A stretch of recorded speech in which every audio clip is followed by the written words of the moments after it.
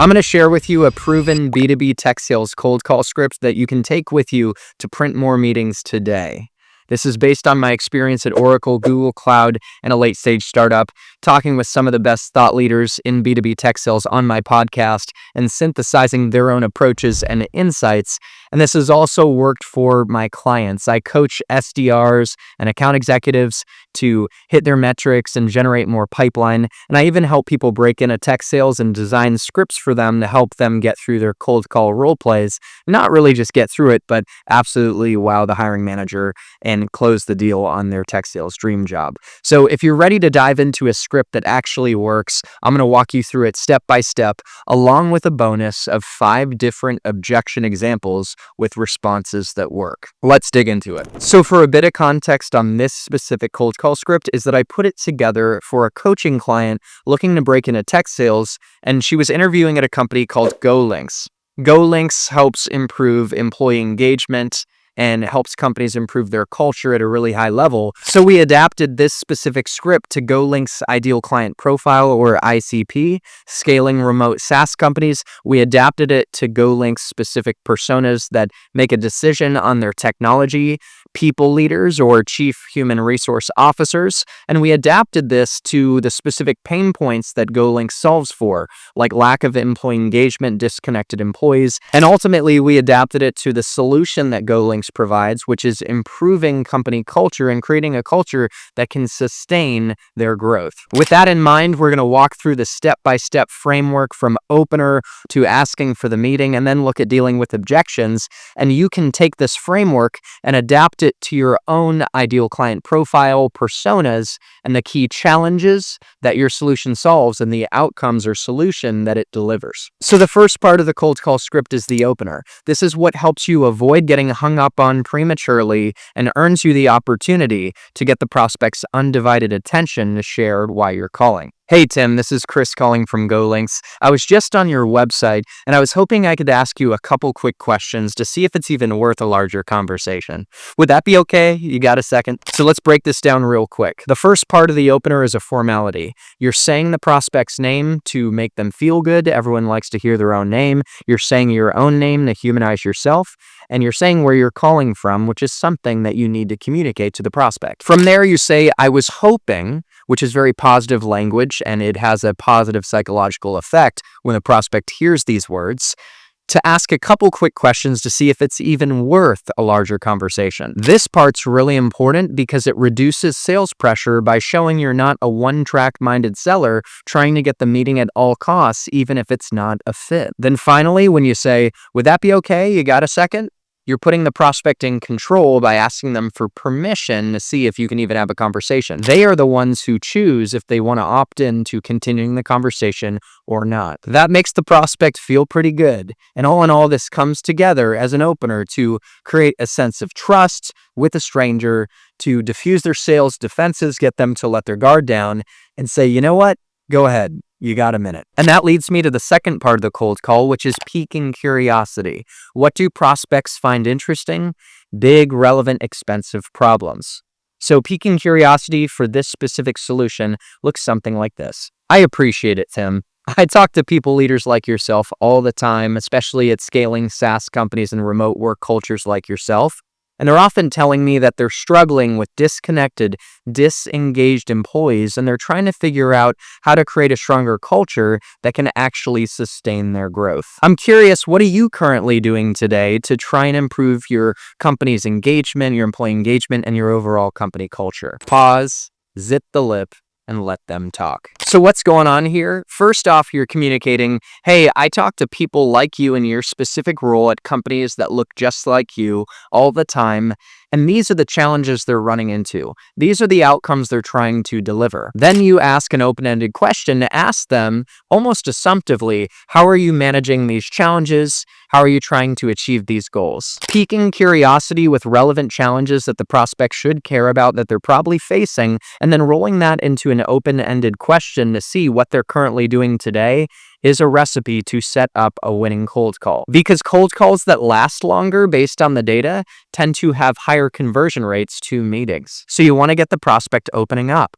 And that brings me to the next part of the cold call, which is to ask great discovery questions to understand their current state, to understand their current challenges, get them talking more, and ultimately ask them about what a better future state with you as a solution might look like for them. So as we rounded out part 2 of the cold call and piquing curiosity, we actually started into the process naturally of part 3, which is asking great discovery questions to first understand their current state and what they're doing today. So that open-ended question started out with, what are you currently doing today to improve your employee engagement, and your overall company culture? So from there, you might ask a question to simply get the prospect talking more and to gather more information about their current state. Oh, really? Can you tell me more about that? Oh, interesting. What made you approach things that way? You're letting your curiosity flow and ultimately getting the prospect to share more and more. And the more they talk, the more there's a chance that they're going to convert to a meeting.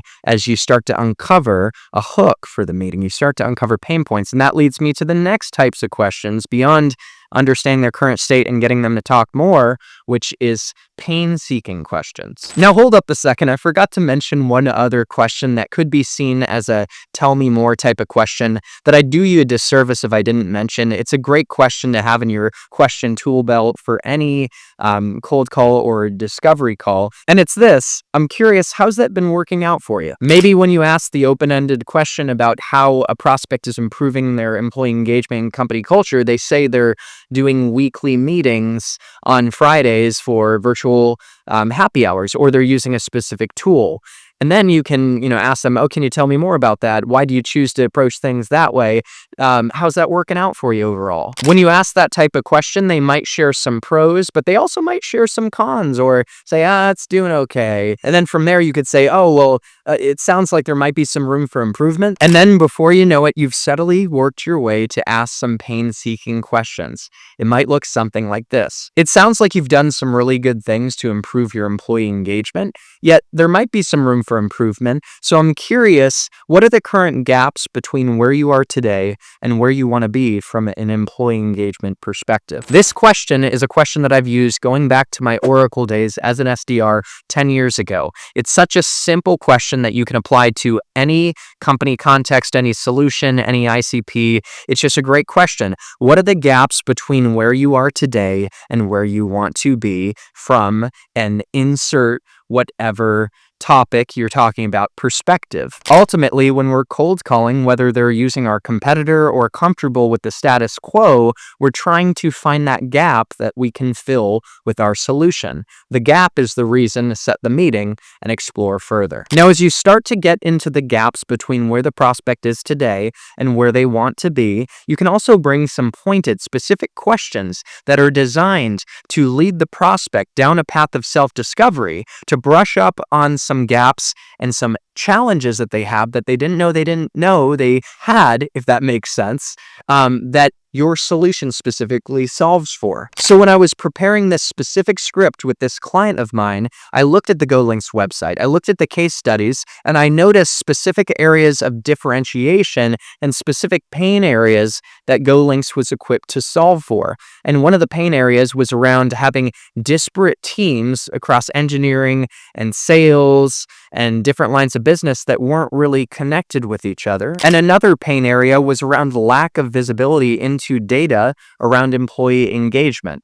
So the following 2 questions were designed to lead the prospect down a path of self-discovery to realize, oh, I've got maybe some gaps in these specific areas that GoLinks can help address. So one question I came up with is, what specific teams across sales, products, and engineering are doing best with engagement and which are lagging behind? This question is designed to lead to that pain point the prospect might be feeling with cross-team team collaboration, which GoLinks is well positioned to solve for. And if they have that challenge, it's going to be the hook for the meeting. Another question is, have you been able to look at your data to accurately quantify the impact of lack of employee engagement on productivity? And a follow-up question might be, how much is that lack of employee engagement costing you? The first question is probing to see if the prospect even has the analytics and visibility to understand how to quantify the cost of their lack of productivity in the organization.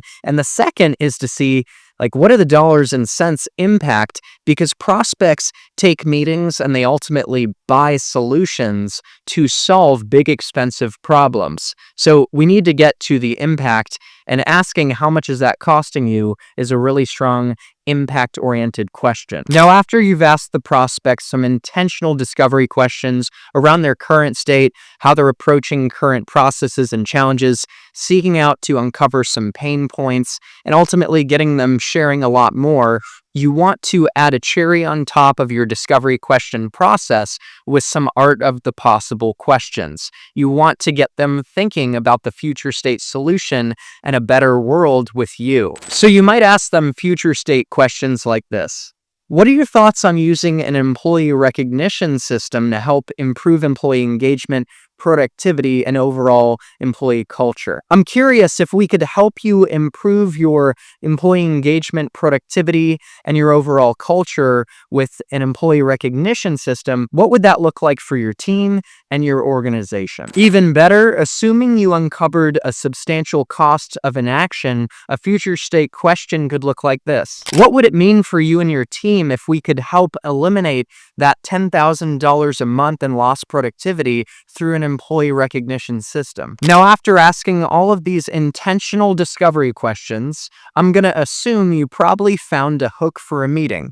You uncovered pains worth solving, and you also got the prospect excited about the art of the possible. However, some prospects might need a little more proof. They might need a little more convincing. So I'm going to suggest another optional step, which is to share a compelling, tailored customer story. So let's quickly walk through what an example of telling a tailored story might look like. Tim, do you mind if I share a quick story of how we helped a similar scaling remote SaaS company improve their employee engagement? Okay, awesome. Well, Rad AI was struggling with employee engagement, and we know that's common, but they turned to us and they were able to implement our employee recognition system to start to create these rituals within their organization, like Thursday shoutouts, and everyone got involved. They started to really get excited about Thursday shoutouts.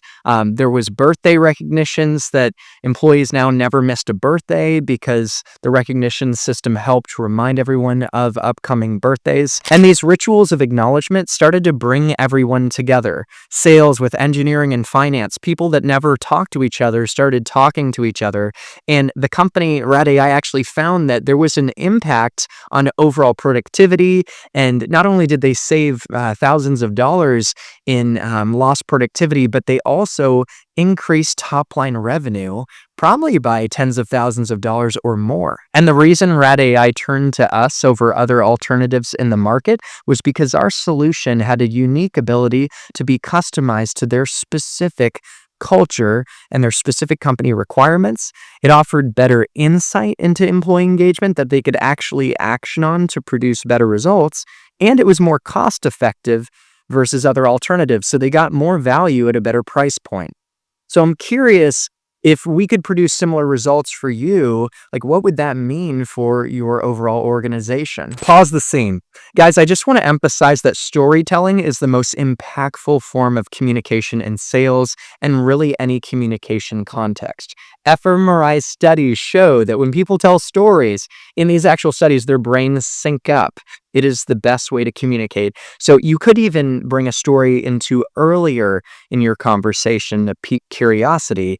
But if you can tell a good story, that's going to make a huge difference in connecting with the prospect. Never underestimate the power of story selling. And in fact, I've interviewed a couple thought leaders like Craig Wortman, the founder of the Kellogg Northwestern Sales Institute, And he talks about storytelling, and that podcast is somewhere buried in this channel. In fact, I'll show an image of it now, and you can make sure to check that one out. It was a good one. When you tell a vivid, specific customer story tailored to the prospect's industry, they see themselves in that story. They see themselves in the challenges and opportunities that are packaged within the story. And it really piques their curiosity, and it builds a lot of trust.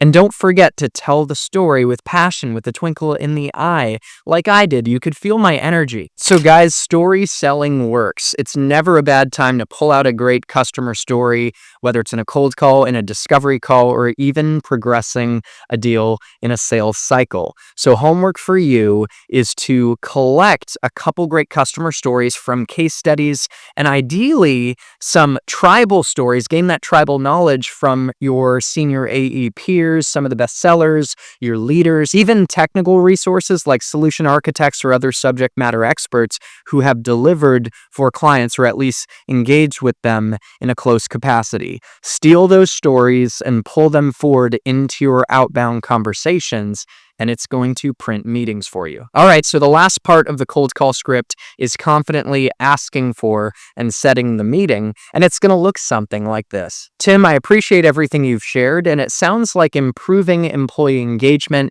and strengthening your culture is a current priority for you that you're trying to solve for.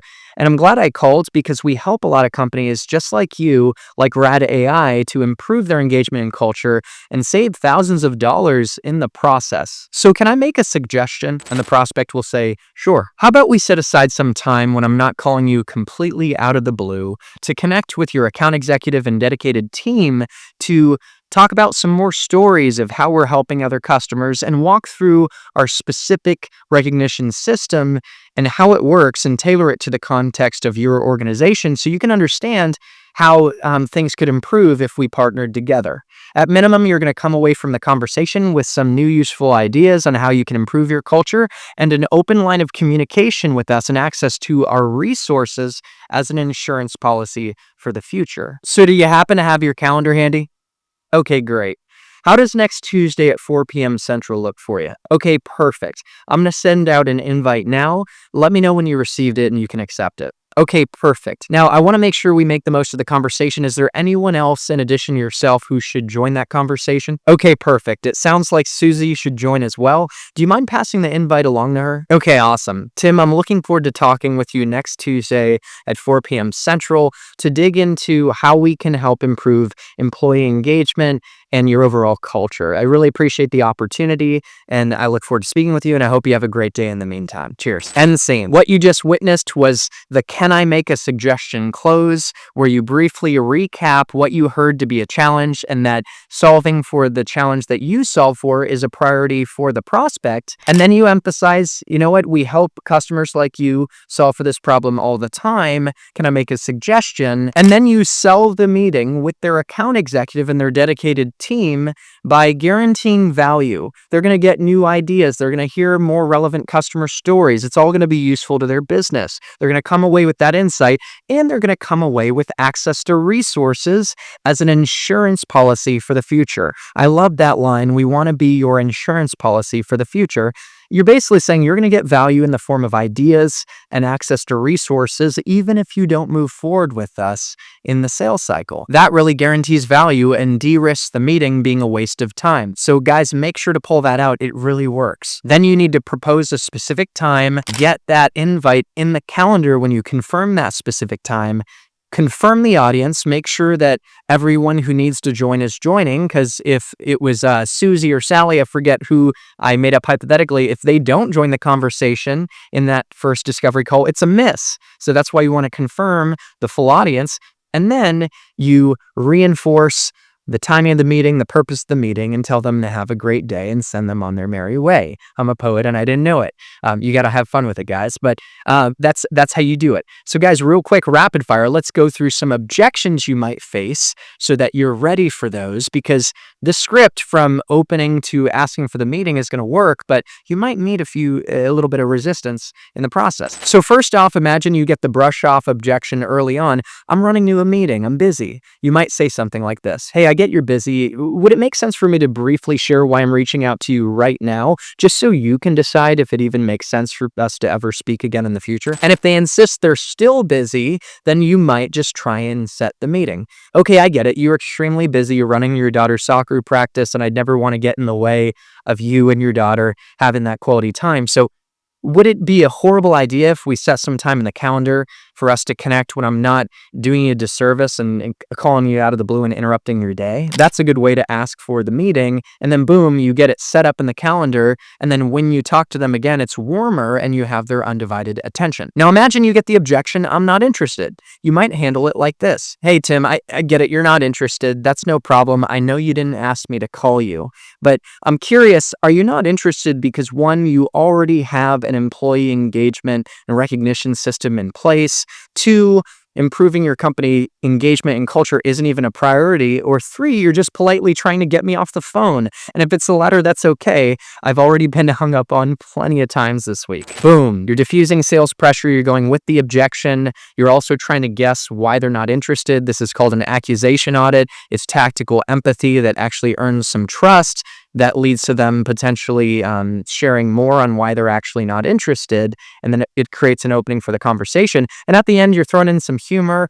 Or, I've already been hung up on a few times, no worries at all. Now imagine they hit you with, I'm not the right person, I'm not the decision maker. You might say, Tim, okay, no worries. Sounds like you don't handle employee engagement currently. And I know your job isn't to help a lost salesperson like me, and I'm kind of embarrassed to even ask, but who would be the right person to work with when it comes to improving employee engagement? Who would be the best person to work with around improving employee engagement? Now imagine they say, oh, I hear you're too expensive. You might say something like this. Too expensive? What you're doing right there is throwing out a mirror. You're mirroring back what they said in the form of a question with a slight uptone as if beckoning for them to share more information. This is actually a hostage negotiation tool, and when you pause and hold the silence, even though it's awkward, they will share more context. And then you might follow that up by saying, Tim, what is it about our price that feels high? The total price, paying all at once, or are you just comparing us to other vendors in the market? And if it's the latter, that's no problem at all. And then you might follow that up by saying, it seems like you value price over XYZ capability, or whatever form of value you offer that justifies your price. And then you might follow that up by eventually saying, Tim, other than price, assuming we can solve this expensive problem you're facing, is there anything else holding you back? Now imagine the prospect hits you with the objection, it's not the right timing. Then you might say something like this. Tim, it sounds like it's not the right timing, and that's okay. I want you to know you can count on me to proactively educate you around areas where we can make an impact for your business for when the timing is right. But just so I don't do you a disservice and bug you prematurely, is now not the right timing because you already have a solution in place getting the job done and you're locked into a contract? Or maybe improving employee engagement isn't a current priority, or there's something that I'm just missing. I really appreciate your guidance as we look to build a long-term relationship. You'll notice that I'm using a variation of the accusation audit that I used in response to I'm not interested to try and hazard a guess as to why it's not the right timing. I also make sure to allude to wanting to proactively educate the prospect and be a resource they can lean on, while also looking to build a long-term relationship and show I'm not trying to be a pushy transactional seller. I just want to get to the truth as to why it's not the best timing. And one more objection you might get is send me an email. This is often a brush-off objection to get you off the phone, and you could say something like this. Tim, I'm happy to send you an email with more information, but just so I don't do you a disservice and continue to flood your overcrowded inbox with irrelevant information, do you mind if I ask you a couple quick questions to understand your current needs and what's most important to you? From there, the prospect should give you the floor to ask some more discovery questions, and you can really leverage the current state, pain-seeking, and art of the possible questions that we covered before, and use this as an opportunity to roll into your typical discovery process. Who knows, maybe it leads to a really good conversation that hits on a pain point that's a reason to set the meeting, and boom, you actually set the meeting in the moment. All right, guys, that's the framework, that's the script, and those are some objections that you need to be ready for on your next cold call. So steal these frameworks and approaches to set more meetings in tech sales, or really any other industry you're in, because these principles work. These are proven sales principles. And if you're looking for more objection examples, in fact, 10 other objection examples with strong responses that are going to help you meet that resistance successfully, then make sure to download my free cold calling system linked in the description of this video. Not only does the system cover a winning mindset to crush cold call nerves and show up at your best, but several cold calling scripts from start to finish, as well as 15 total objections with responses that work. And guys, if you're an SDR or account executive who's looking for a coach to get you to the next level, to crush your quota, hit your numbers, and get promoted, whether it's SDR to AE or SMB AE to mid-market to eventually enterprise, then I'm your guy. Consider booking time to apply for my Tech Sales Accelerator 3-month coaching programs linked in the description of this video. I've got limited capacity, but if you do work with me, I'm going to give you all I've got. You're going to feel that personal touch. You're going to get tailored guidance adapted to the context of your company, your market, your solution, your customers, and you're going to be empowered. And I feel like you're going to come away with a winning mindset because I am big on mindset, and you're going to feel it in every session that we have together. I'm fired up because I love working with people to use tech sales as a vehicle to creating personal transformation and a life they love. And although I'd love to work with you from a coaching perspective, I can't work with everyone. So at minimum, if you haven't already, subscribe to this channel because I'm pouring everything I've got into weekly videos and podcasts with the best people in the industry to help you win in tech sales and in life. Guys, thank you for showing up and tuning into this video and being a part of this growing tech sales community. I respect you for investing in your personal and professional development, and to your success in tech sales and in life, happy selling and happy living, and we'll see you in the next one.